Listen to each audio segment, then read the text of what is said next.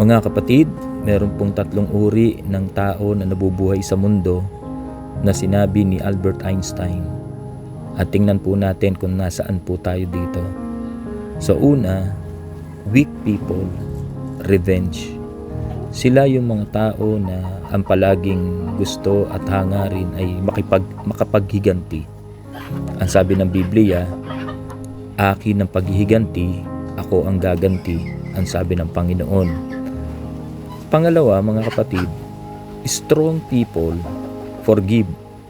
So ito naman yung mga tao na kinikilalang malakas kapag nagagawa mong magpatawad sa mga tao na nakasakit sa iyo, nakagawa sa iyo ng hindi maganda, ay nagagawa mong patawarin.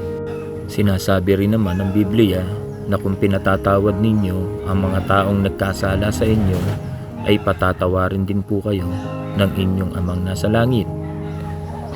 Panghuli, mga kapatid, intelligent people, ignore. Ang mga kapatid, ito yung panghuli na uri ng tao na nabubuhay sa mundo, ay yung sinasabing matatalinong tao. Sila yung kahit anong sabihin mong masasakit na salita, mga paratangan ng hindi tama, hindi totoo, sila yung mga taong hindi pinapansin yung mga sinasabi ng iba.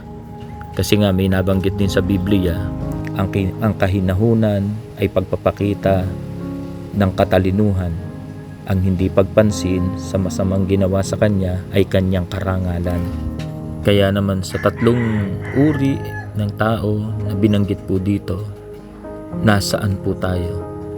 Ikaw ba ay nasa weak people na naghihiganti?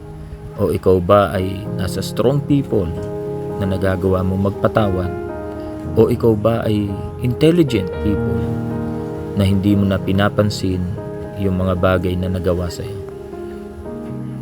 Nasaan po tayo doon? So purihin ang pangalan ng Panginoon. God bless us all.